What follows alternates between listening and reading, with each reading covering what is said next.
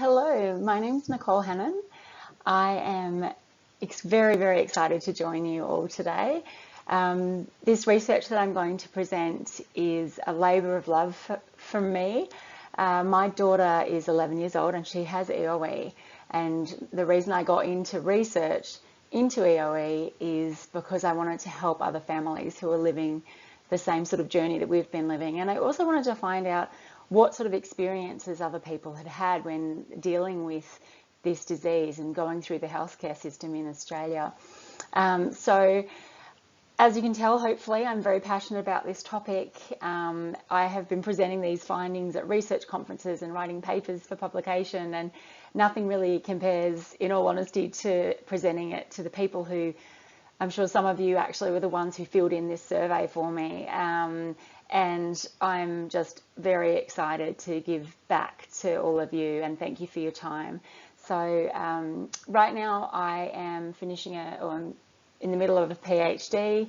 I'm a naturopath, and so I'm looking at complementary medicine use, and there will be quite a bit of focus on that in a part of this presentation. I want to share with you what people are doing out there in terms of complementary medicine use for EoE, as there's really no research other than what I'm going to share with you today. So later down the track, I'll probably be asking those of you who are adults that have EoE to help participate in my trial. So as I said, a huge thank you to all of you who filled out this survey for me. It was enormous. It would have taken quite a lot of time, and without you all taking that time, we wouldn't have this sort of, I guess, evidence behind why EoE needs more support. And a big, enormous thank you to Sarah Gray from AusEE. She is an advocate for all of us. She put so much of her own personal time into finding ways to help families living with EoE and other EGIDs.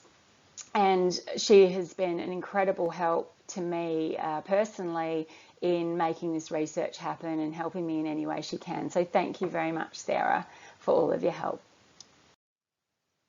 So these are the findings of this research that have been published, and I wanted to pop them here in this one of these first slides, so that if you want to pause the recording, go and find the papers and have a look at them, or even look at them at the same time or look at them later. You can delve a bit more into some of the finer details. I don't have time to present every single tiny finding, but they've been written up in these two papers. And there is a third publication from this research from the same survey that is under the final stages of a review and will hopefully be published in the very near future.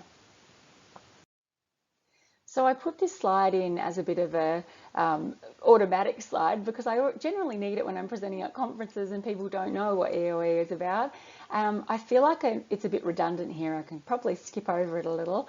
But essentially what I'm getting at here is we know that EoE is sort of considered rare, but realistically it isn't. The prevalence is increasing rapidly, and we are more aware of it in clinic as practitioners.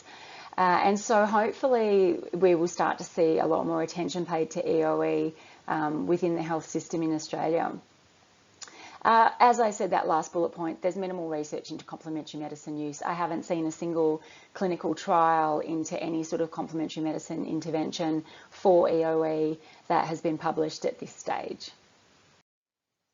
So the aims of this research project as a whole were to find out what the experiences were of parents or carers of children with EoE when they were navigating the healthcare system in Australia.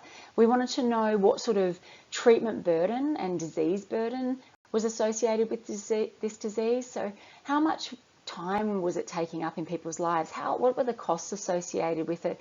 How much was it impacting the carer and the child's health-related quality of life?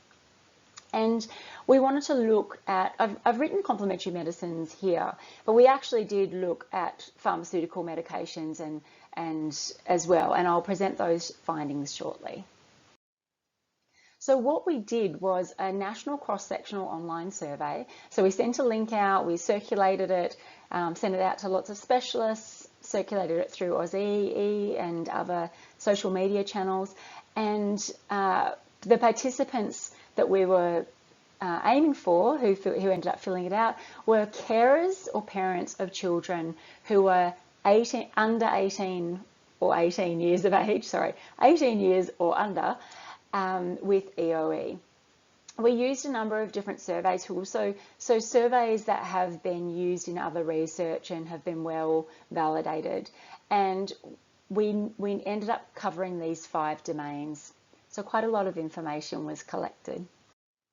And the results of this survey were super exciting. We got 181 complete responses and that were used in the analysis.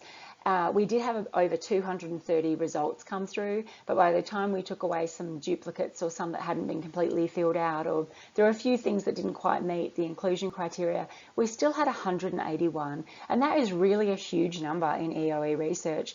And I'm not aware of any other surveys that have been done in Australia in paediatric EoE that have that many responses. So it was very exciting. So thank you again. The children that the surveys were completed for were mainly white males, and this is really consistent with the demographic of the disease. We did have all ages represented, so from 13 months to 18 years, which was great because it allowed us to do some analysis to see how various things were impacted by the age of the child. We also had over 10% of respondents who said that they had another family member with EoE, and in most of the cases it was the child's parent. And this is research that this backs up existing research that I've seen in the United States with about that 10% mark of family members also having EoE. Now here's a breakdown of the people who actually filled in the survey. So the carer's gender, most of them were female. 96.6% were the mother of the child. We did have a few fathers that filled in the survey, and we had one grandmother who filled in the survey. Most states were represented. Tasmania didn't have anyone that completed the survey and was included, but everywhere else was represented. And now this last point, look, we wanted to know about what sort of government support was available and what was being received by children with EoE. And this one about carer allowance. So this is a carer allowance is money that goes into your bank account every fortnight, and it's from the government, and there's a application process and you have to meet a number of criteria. But it became apparent to us when looking at the number of people who had applied, the number of people who had been successful, that quite a high percentage of those applied were actually successful, but very few had actually applied. And so this is something that I felt was really important to share, because there may be some support out there that you as parents are not aware of. So please look into that further about what sort of carer allowance might be relevant and available for you. Now the children's demographics. So the age at diagnosis for these children varied. So about half of them were diagnosed before the age of 5 and about half after the age of 5. But what's of a real concern to me here is about 30% of them were not diagnosed until after the age of 8. And I've had some interesting conversations, one recently with Sarah from EoE, about some families who've had some really awful long-term outcomes because of a delay in diagnosis for their child. And it's really important that those of you who have a story to tell know that you will be heard, and there's researchers like me out here who want to hear your story. I want to share your stories, and although you may think you're one and you're alone, there are probably others who are going through the same thing as you, and there's a lot of power in coming together and sharing those stories. So please do tell your stories whenever you get the opportunity. Participate in research. Hopefully I'll be able to do some focus groups or some interviews at a later date and be able to help you with that. Now, time since diagnosis. So this was how long from when the person was filling out the form, how long ago did the child get diagnosed? And the mean across all of those surveys was 4.13 years. So we did have people who had quite a few years under their belt of dealing with EoE. Now we asked, this is again for what sort of government support, what sort of extra support is available to cover costs. The healthcare card, we had 100 out of the 180, 71% of people had a healthcare card, and that only made up about 40%. And once again, if you have not applied for a healthcare card for your child, please do. Please go ahead and apply for that with your evidence of EoE diagnosis, and you may find that you are actually able to get a bit more support. Most of the patients, most of the children were covered by private health insurance. Okay, so I've just popped that paper up again. This is the same one that was up the top of that first screen, just so you can pause if you need to have a look. But the findings I'm about to present are actually from this paper. Look, there is a little bit of crossover. I've tried to make the slides a bit easy to follow, but have a look at this paper if you want to know more about what I'm about to talk about. So, health service use. Most of the children who were, 88.4%, had received care from 3 or more different types of practitioner. Now, it's important to note here, if they had, let's say they'd seen a paediatrician, but they'd actually seen 3 paediatricians, that would only count as one type of practitioner. So we weren't really able to sort of break it down into individual practitioners. So it was really lumped in as paediatrician or gastroenterologist was a type of practitioner. So when you look at that, this isn't just individual practitioners, this is 3 or more different types of practitioner that most children had seen. And of concern to me was that almost 2/3 of them, so 60%, had consulted 6 or more practitioner types. And once again, that's not individual practitioners. So it shows me that a lot of people are trying to get answers from many different types of practitioners. Now, this is an interesting one. Most children are consulted a medical doctor. Obviously, one of our inclusion criteria to be able to keep the results in this analysis was that they had to have endoscopy diagnosed EoE. So this might have been a little bit of a funny wording in it, and we sort of assumed that as they had been medically diagnosed with EoE, that this might have been more about going to a medical doctor post-diagnosis of their EoE. Now, the most commonly seen practitioners were paediatric gastroenterologist, allergist, and dietitian. Now, we separated allergist and immunologist in our question because obviously they can be standalone, but a lot of people commented and said that the allergist and immunologist were the same person. So that one was open a little bit to interpretation, and we made sure we were aware of that when we were doing our data analysis. What kind of products were people using? So pharmaceuticals, 86.2%, and sorry, let me clarify. This is what was ever used for the treatment of the EoE. And so what we found was that most people had used pharmaceuticals. Dietary changes were, of course, common as well.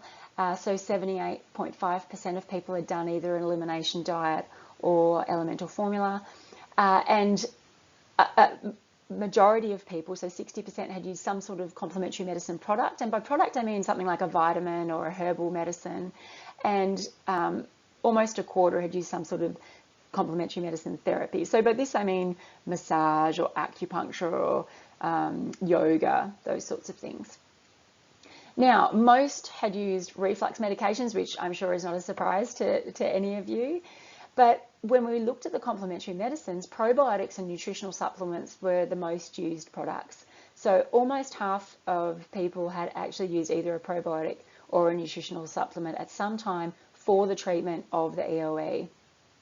Now this, I'll probably say this over and over, but this is concerning given we don't have any evidence to show that those are either safe or effective for EoE. once again, elimination diets, 3/4 of people had used an elimination diet, and almost half of them had used elemental formula in the management of their child's EoE. So I just wanted to pop these complementary medicine slides in here. These findings were interesting, looking at what kind of concerns people have with complementary medicine use. So if you look up the top here, over 43% of respondents had concerns, which means that more than 50% of people did not have any concerns about complementary medicine use. Now, I'm a naturopath, I'm all for complementary medicine, but this is concerning to me that people don't have concerns about complementary medicine use when we don't have any evidence for it. When we broke down why, what these concerns were, effectiveness, so that's great, people are thinking along the right track, level of practitioner training, and look, I think I'm amongst the few in terms of the level of awareness of EoE, and I say this also from having taught at university level, teaching naturopaths, teaching acupuncturists, teaching nutritional medicine students. And I know that EoE is not part of the curriculum in the institution that I have taught at. So I know that a lot of the awareness about EoE at that education level is coming from individual teachers, lecturers, clinic supervisors who may have some experience. And when we're looking at prescribing complementary medicines, as practitioners, that's obviously something that we need to do very, very carefully. Side effects, yes, there could definitely be side effects with complementary medicine use. Cost, any of you have used complementary medicines? No, there is a cost associated with it. They're not on the PBS. There are not government rebates on complementary medicines. And attitude of other health professionals, and this is common across the board with complementary medicine use, people not wanting to disclose their complementary medicine use because they're worried about what other medical professionals will think. And look, this is a problem, once again, across the board with all sorts of diseases and health issues, is that it's really important that we become comfortable talking about our complementary medicine use, because there can be interactions between pharmaceuticals, complementary medicines, and you don't want to be doing things that maybe counter other sorts of treatment. So a lot of communication needs to start happening between health professionals. Why were people using complementary medicine? So they wanted to help a chronic problem. Once again, this is common across the board. Lack of suitable conventional treatment. And we know with EoE, some of the treatments that are available are very much, there are side effects associated with them. There's the corticosteroid treatments. There are a number of issues with what is available to us, and we know that everything that's being used is really just to reduce the symptoms, and there is no cure. Dissatisfaction with conventional treatment was an interesting one. And, you know, EoE is a frustrating disease, and people need to be heard. So that is understandable in some ways. Fear of side effects of conventional treatment. Once again, corticosteroids can be pretty nasty long term, although for some people they're a lifesaver. And we need to weigh the pros and cons for any sort of treatment. Now, having said that, my daughter survived on elemental formula until she was 5. She couldn't live without it. So this is necessary in many cases, and we need to make sure that we really get it clear in our minds as to what's needed to support and have our children thrive. And over time, maybe things will change, but if medicine is what they need at this point in time, pharmaceuticals, then that's what they need. If elemental formula is what they need, then that's what they need. And so we need to give ourselves a break as parents and really make sure that we make good choices, and the choices that are in the best interest of our child at that time.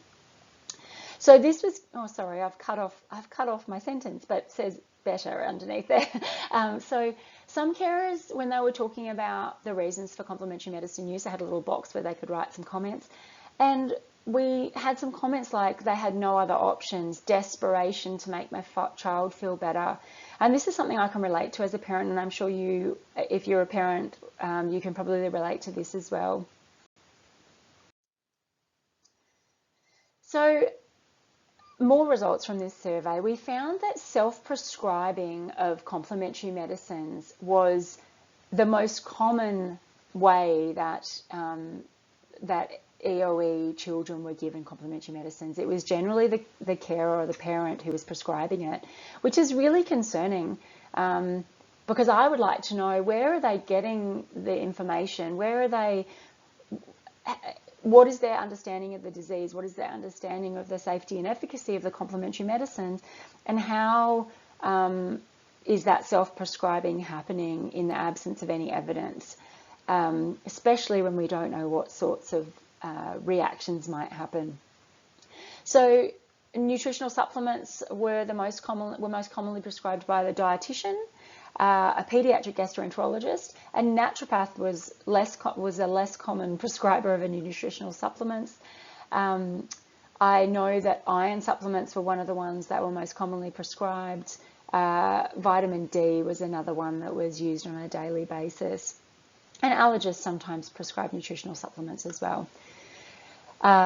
Not surprisingly, homeopaths were the most likely to recommend homeopathics, and interestingly enough, naturopaths were the most common recommendation for Chinese herbal medicine. Sorry, I've cut the words off again there a little bit, and Western herbal medicine. So this is now looking, what you've got here in this bar graph is on the little dark, the dark columns are the parent use of certain type of complementary medicine, and the green bars are the child's use of complementary medicine. And so you can see here that the parent use is high. Over 90% of parents had actually used some form of complementary medicine for themselves. Over 75% of those parents who used complementary medicine also used complementary medicine for their child's EoE. And so we did specifically ask that question if it was for the EoE, not just generally have they ever used it. The parent CM use was higher than the child use for for every single one of them, all the complementary medicines, all the complementary medicine treatments and practices. And once again, probiotics and other nutritional supplements were the most commonly used complementary medicines by the parents as well as the children. So over 70% of children had actually used complementary medicine for their EoE. Most of them, that complementary medicine use had increased after they had had that official diagnosis. Now this, I don't know, I've got those bullet points right in the middle there, but what you can see here is this is the breakdown of how many of the children had consulted with a complementary medicine practitioner, and that was about 40%. About 60% had used a product, so that's the things like nutritional supplements and probiotics, and about 25 or 23% had used some sort of complementary medicine therapy. Now, there's big tables with the breakdown of all of that in that first article the Frontiers in Pediatrics article, if you want to have a look at exactly what that looks like. Now, I've popped this in here because I wanted to bring to your attention, for those of you who haven't read this article, it was really interesting. It broke down the most common food triggers in EoE, and I know most of you know the top 8, and we talk about dairy, and a lot of the research focuses on top 8 or top 6, as it's also known. And what you can see here is I want to bring your attention to corn, so number 5, potato, number 10, and rice, number 12. Now, the reason I want to bring these to your attention are because those 3 are common excipient ingredients in pharmaceutical medications, but also in complementary medicines. A lot of probiotics use rice as an excipient. I know that there are a number that use potato, and some of them also use corn. So please very carefully read your the little leaflet that comes inside your medications. Make sure that there's no maize or potato or rice if those are allergens for your child. Also, if you come across a complementary medicine product and it doesn't clearly state on the list every single ingredient, and most of them do not have excipient ingredients listed, please have a look or call the company and ask them specifically if that product has potato in it, has rice in it, has corn in it, if those are allergens for you, because you might find that your child's having a reaction to a complementary medicine purely because of that excipient ingredient and not because of the actual complementary medicine active ingredient. Okay, so this table is showing you what parents or carers perceived the effectiveness of the various treatments were. And so you can probably see on here we have all of the different types of medications, and you can have a pause and read through all of them, but I just wanted to highlight to you the top of these columns. So on the left here, did they think it was effective? Then did they think it was not effective? Did it make the problem worse, or were they unsure? And see here with antihistamines and corticosteroids, you can see that with antihistamines, just over half thought they were effective, a quarter thought they weren't effective, and a couple of people actually thought that antihistamines made the EoE worse. Now this is specific to EoE. Corticosteroids, effective in 3/4 of the cases, but not effective in 12.8% of cases. And over here you can see that in some cases people also believed that the corticosteroids made the problem worse, which I found was interesting. Elimination diet. So this is perceived effectiveness. Remember, this is just the parent or carer's perceptions. This isn't rock solid evidence. So the elimination diet, some people thought it wasn't effective, about 10% thought it wasn't effective, and about 8.7% thought that the elimination diet actually made the problem worse. Now, the thing that I want you to really think about here is going back to that last slide where we had all of the different allergens. If someone is on a top 8 elimination diet, often the things that come in large amounts are corn and rice and potato. And so if you find out that one or more of those 3 or the others that were on that list that are not part of the top 8 allergens, but they're still in those most common EoE triggers list, if they're still in the diet, and in fact if they're in the diet in larger amounts than they were previously, you might find that people perceive that the elimination diet has made their child worse, where in reality it could be because they're having a high amount of something that is a big trigger for them.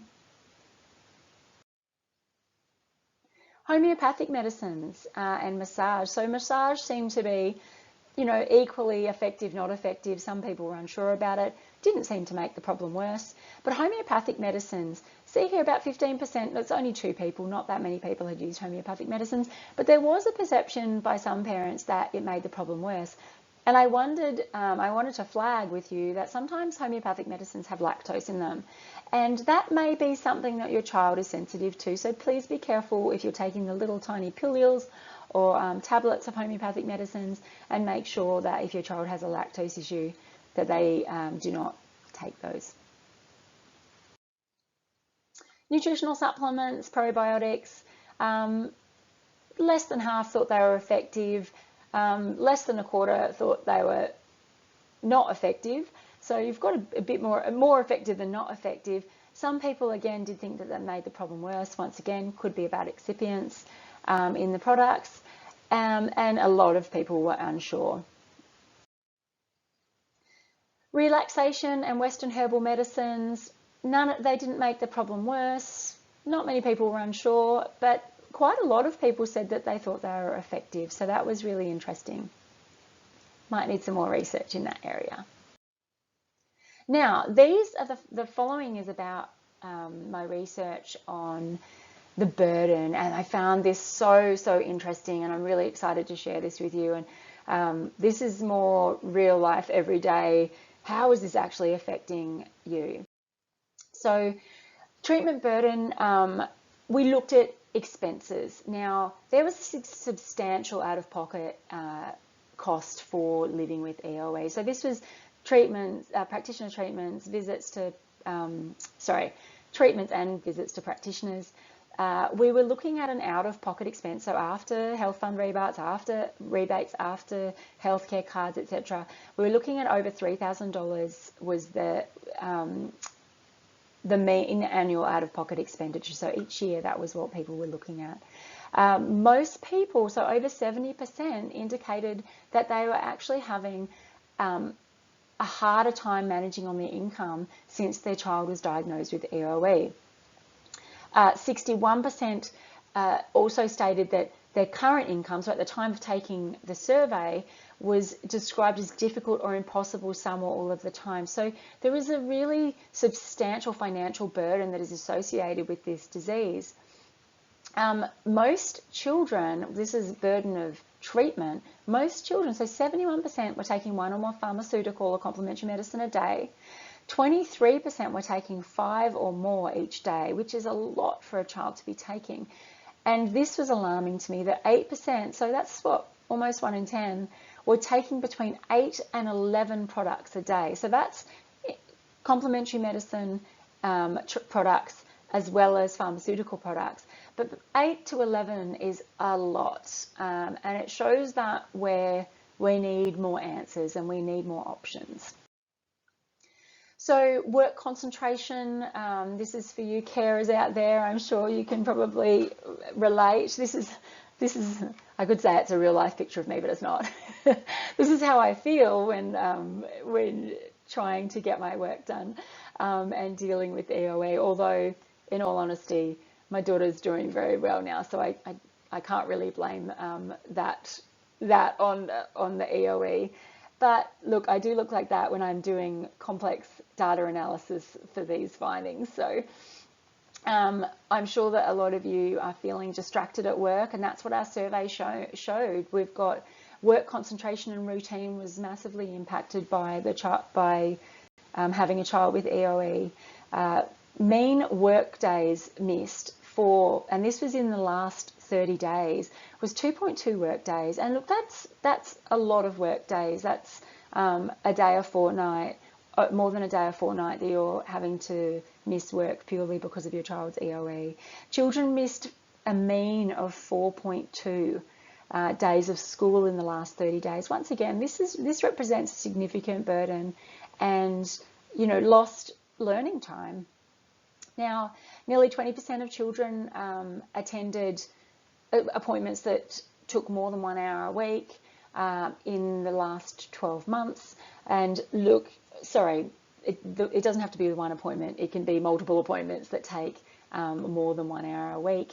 And over here, at the end of those brackets, 5 to 8 hours a week. There were 5 people who said that their child's medical appointments take 5 to 8 hours a week, which is absolutely such a huge burden on these families.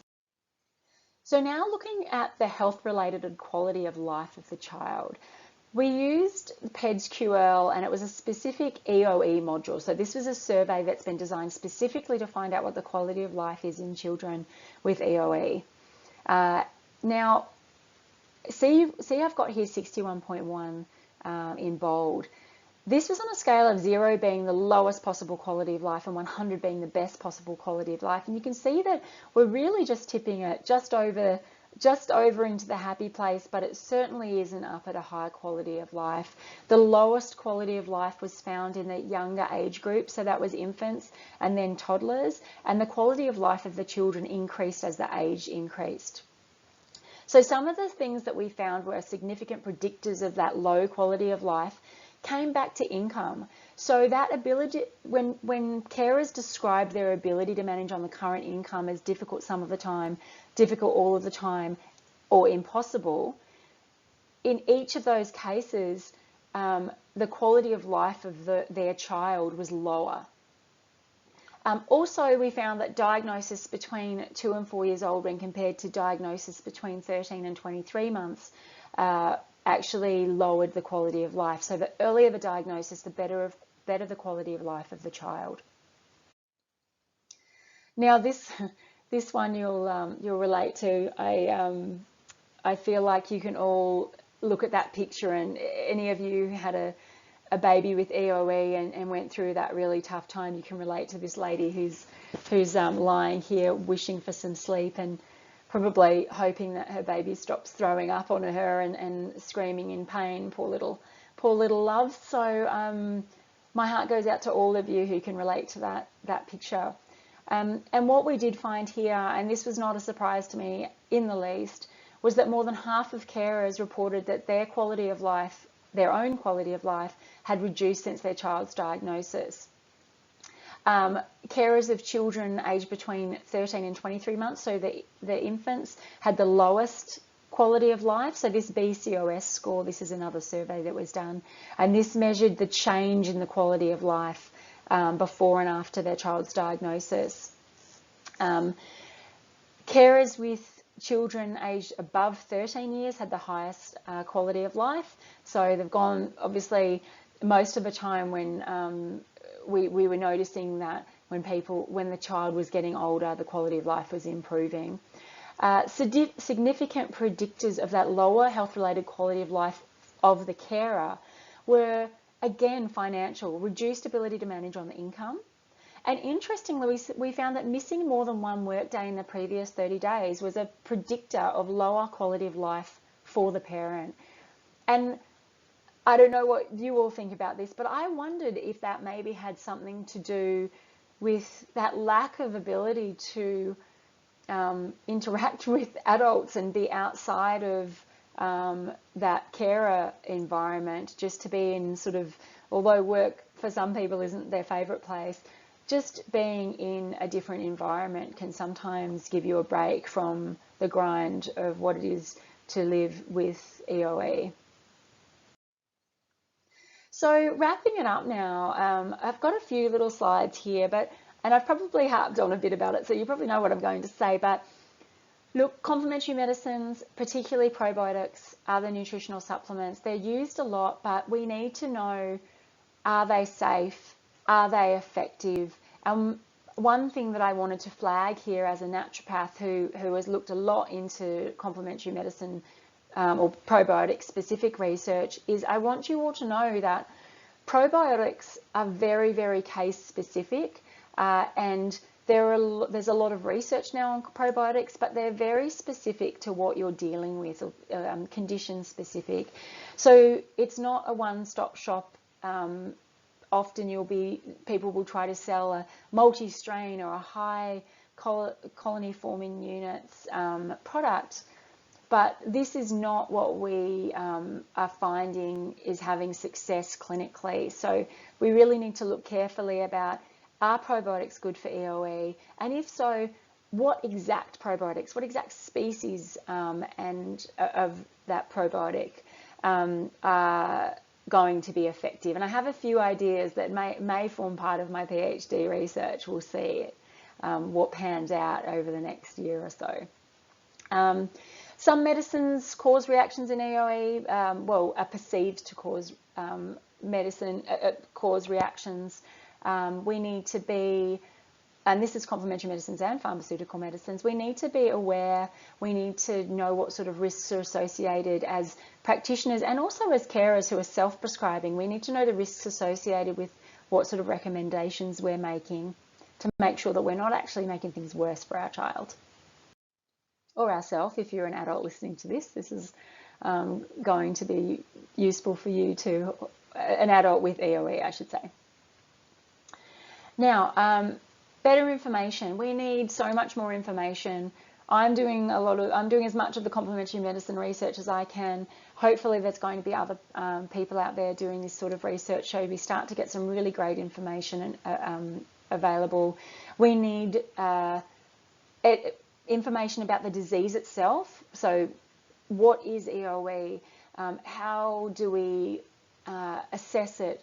How do we deal with people in clinic? We need these sorts of clinical guidelines that are specific for Australia. We need training of practitioners. So this is complementary medicine practitioners, but also conventional medicine practitioners. We need to make sure that general practitioners are aware of EoE and know what to look for and know how to refer and how to prescribe. This is across the board. We need more education. We need collaboration between complementary medicine and conventional practitioners so that we can provide effective care. There needs to be talk. Lots of people are seeing complementary medicine practitioners. Make sure that you're keeping open lines of communication so that we can provide the best care for your child. And that speaks to that third point as well about improved care coordination and support services. We need to look at other ways to reduce that treatment-related burden and improve the quality of life of carers and children. And as I said, financial stresses were a big predictor of quality of life of the carer and the child. We need to get parents back to work. We need to find ways to support financially. And given that some of that financial burden is to do with paying for products, paying for treatments that may not be necessary, it's really important to have that good crosstalk between your practitioners so nothing unnecessary is causing excess financial strain. I think I've said those ones already. We've got also we need to look at carer circumstances and beliefs related to caring for children with EoE, and so this is where those the opportunity hopefully for interviews and focus groups comes up. But in the meantime, if you see the opportunity, if you're a carer or if you're someone who has EoE yourself and you see the opportunity to participate in research, please take the time, please take the 10, 15, 20 minutes out of your life to fill in this form so that we can provide more information to, say, governments who may be able to fund and provide further support for your family. And finally, I would like to once again thank participants and EoE for support with this research. My supervisors and co-authors on this research were Professor Evelyn Tiralongo, Dr. Sarah McMillan and Dr. Amy Steele, and this research was conducted at Griffith University. I'm now doing a PhD through Southern Cross University, the National Centre of Naturopathic Medicine, and I'm excited to get those findings happening and to be able to present it back to you again in future years. Unfortunately, these things don't happen too quickly. But thank you again for listening, and it's been my pleasure to share these research findings with you. Thank you.